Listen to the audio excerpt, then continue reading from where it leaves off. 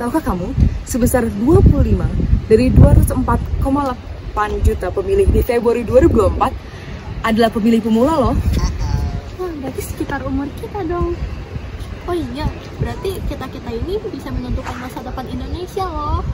Bener, makanya penting banget loh untuk mengedukasi kalangan pemilih pemula seperti kita ini. Maka dari itu kami membuat proyek Pilihlah pilihanmu.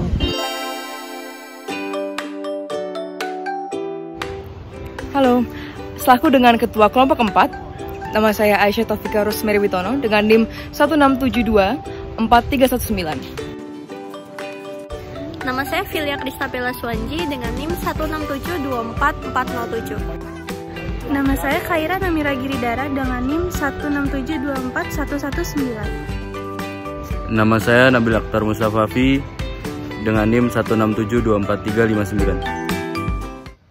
Kalian masih ingat kan dengan pemilihan presiden Februari lalu? Apakah berjalan dengan lancar? Kayaknya iya deh. Tapi menurut berita yang ada, pada Senin 25 Maret 2024, KPU mengungkapkan bahwa tingkat partisipasi masyarakat Indonesia pada Pilpres 2024 menurun. Masih banyak rakyat Indonesia yang ternyata golput, bahkan meningkat 0,19% dari tahun lalu. Selain itu, sebuah penelitian terbaru berjudul Pemilih Muda yang Minim Logika yang dilakukan oleh Danu Eko Pranoto dibimbing oleh Maulina Piawulandari PhD menemukan bahwa loyalitas seringkali mengalahkan pertimbangan rasional dalam memilih kandidat, terutama di kalangan generasi Z pada pemilu Pilpres 2024 beberapa waktu lalu.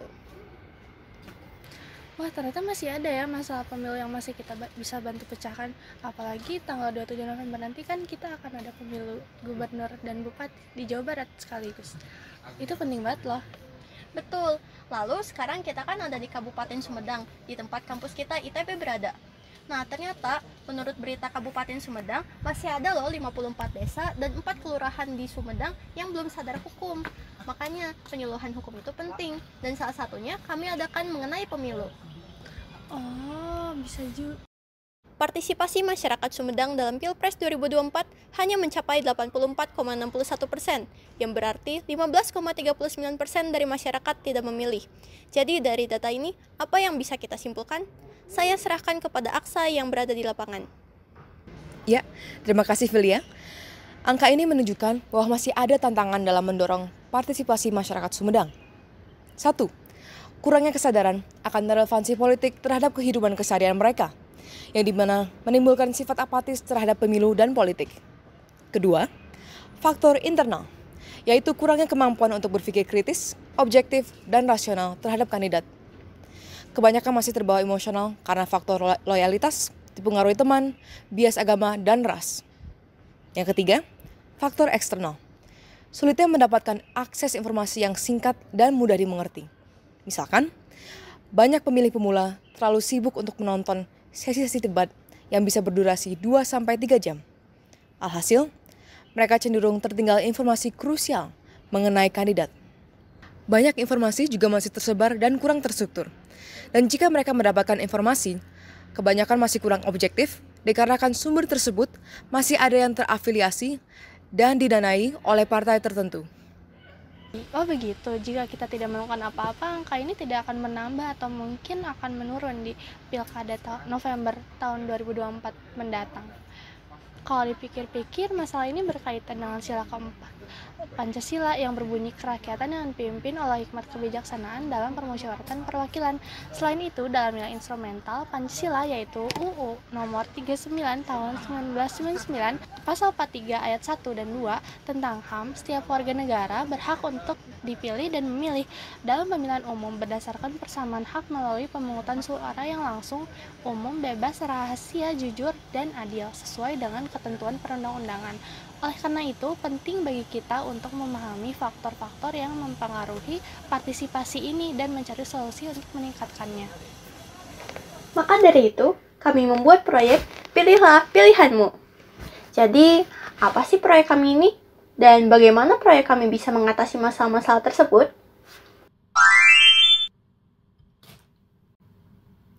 Proyek Pilihlah Pilihanmu merupakan workshop interaktif 2 hari yang mengedukasi pemilih pemula mengenai kesadaran hukum dan politik, pendidikan berpikir kritis, dan pemaparan informasi mengenai kandidat secara objektif. Kami juga akan menyediakan buku panduan yang memaparkan informasi mengenai kandidat bupati dan gubernur secara objektif. Program ini dirancang untuk bekerja sama dengan pihak ketiga, tim riset dari Sarjana Hukum, Politik, dan Jurnalisme. Selanjutnya, kami akan membahas tujuan dan manfaat. Tujuan yang pertama, yaitu meningkatkan kesadaran terhadap pentingnya politik pada masyarakat sehingga berpartisipasi dan menggunakan hak suaranya pada pemilihan kepala daerah 2024 yang akan dilaksanakan pada 27 November 2024. Yang kedua, meningkatkan pemahaman masyarakat terhadap pentingnya pengetahuan akan kandidat kepala daerah secara kritis dan objektif, sehingga masyarakat dapat memilih dengan bijak demi kemajuan daerahnya. Adapun manfaat dari program Tapak Liman kami sebagai berikut. Yang ke-1, memberi wawasan hukum dan kewarganegaraan terkait dengan pemilihan umum. Lalu, mengajarkan pentingnya memiliki wawasan politik dan dampaknya kepada kehidupan sehari-hari untuk mengantisipasi sikap apatis politik masyarakat. Lalu, yang ketiga, mengajak masyarakat untuk menjadi warga negara yang baik dengan mematuhi hukum yang berlaku. Lalu, yang terakhir, mengajak masyarakat untuk aktif berpartisipasi dengan baik dalam Pilkada 2024. Selanjutnya, saya akan serahkan kepada Aksa. Tapi sebelum itu, ada beberapa tahap yang harus kami lakukan. Yang pertama adalah seleksi tim sukses. Tim sukses merupakan orang yang dipilih dari pertama, latar belakang hukum, politik, atau jurnalisme. Kedua, memiliki pengetahuan kewarganegaraan dan hukum yang cukup.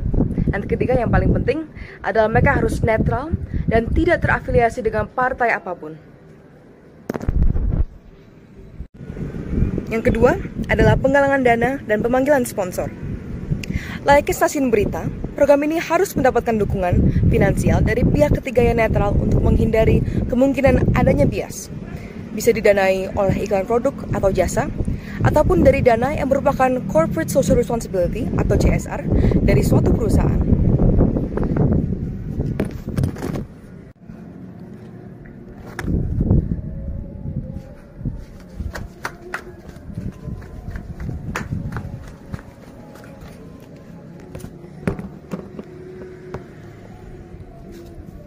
Yang ketiga adalah survei pengetahuan. Agar tim sukses mengetahui sejauh mana pengetahuan para masyarakat pemilih pemula tentang pemilihan, mereka akan menyelenggarakan survei kepada penduduk desa dan kepala desa. Pengetahuan seperti latar belakang partai-partai atau kesadaran mereka tentang seberapa pentingnya politik dalam kehidupan mereka. Selanjutnya, saya lemparkan ke Abel. Selanjutnya, ada berbagai konten yang akan kami sediakan melalui seminar kita. Yaitu yang pertama, adanya pemahaman pentingnya melek politik. Lalu kita akan mengajarkan sistem pemilu melalui simulasi dengan memilih ketua kelompok. Lalu kita akan mengajarkan berpikir kritis dan objektif. Lalu ada paparan, profil, dan background atau track record dari kandidat pilkada yang akan datang. Lalu ada berbagai games dan diskusi. Lalu yang terakhir adalah pembuatan poster. Tidak hanya seminar, pada akhir acara kami akan membagikan sebuah buku panduan yang berisikan berbagai konten, seperti visi dan misi kandidat pilkada, informasi partai dari kandidat tersebut, rekam jejak kandidat tersebut, dan sikap kandidat terhadap isu-isu provinsi dan kabupaten. Selanjutnya, di sini saya akan menjelaskan jadwal pelaksanaan kegiatan proyek kami. Proyek kami terbagi dalam beberapa tahap, mulai dari September hingga Oktober 2024. Tahap pertama, yang pertama ada penyusunan materi. Tahap ini dimulai awal September hingga pertengahan bulan, di mana tim kita akan fokus pada penyusunan dan finalisasi materi yang akan digunakan selama kegiatan. Yang kedua, perizinan kegiatan, yang sangat penting untuk memastikan semua kegiatan kami legal dan memiliki izin resmi. Yang ketiga, persiapan pelaksanaan kegiatan. Setelah mendapat izin, kita akan mulai mempersiapkan pelaksanaan kegiatan. Yang keempat, ada pelaksanaan kegiatan. Kegiatan utama proyek akan dilaksanakan pada minggu pertama bulan Oktober. Terakhir, ada evaluasi dan tindak lanjut. Setelah melaksanakan kegiatan, evaluasi dan tindak lanjut dari kegiatan tersebut selama beberapa hari di pertengahan Oktober. Lalu, kami akan membuat laporan. Kita akan mempersiapkan laporan akhir yang akan dikompilasi pada minggu kedua bulan Oktober. Selanjutnya, untuk rencana anggaran biaya, yang pertama kami ada biaya untuk promosi. Yang pertama ada banner dan poster. Yang kedua ada biaya untuk alat dan bahan, yaitu karton, selotip, spidol, pulpen, dan kertas warna. Lalu ada biaya apresiasi seperti konsumsi, honorarium, dan hadiah pemenang. Yang terakhir ada biaya lain-lain seperti bensin dan biaya tak terduga. Nah, teman-teman, apabila disimpulkan secara singkat, dapat disimpulkan bahwa isu yang kita hadapi adalah kurangnya kesadaran dan partisipasi khususnya pada kalangan pemilih pemula. Lalu untuk tujuan dan manfaat dari proyek ini adalah untuk meningkatkan kesadaran politik, sikap kritis dan partisipasi masyarakat untuk berpartisipasi aktif dalam Pilkada 27 November 2024. Lalu untuk metode dari proyek ini, kita memiliki seleksi tim sukses, penggalangan dana dan sponsor, serta survei pengetahuan.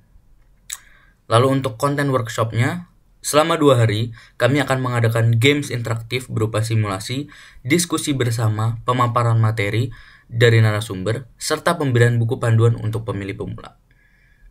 Kami berharap bahwa program ini dapat terlaksanakan untuk meningkatkan sikap kritis dan partisipasi politik masyarakat demi kemajuan bangsa Indonesia, khususnya di daerah Kabupaten Sumedang. Sekian pemaparan program Tapak Liman kami, bersama kita wujudkan Indonesia Maju. Pilihlah pilihanmu. Sekian pemaparan proyek Tapak Liman kami. Bersama kita wujudkan Indonesia Maju. Pilihlah pilihanmu.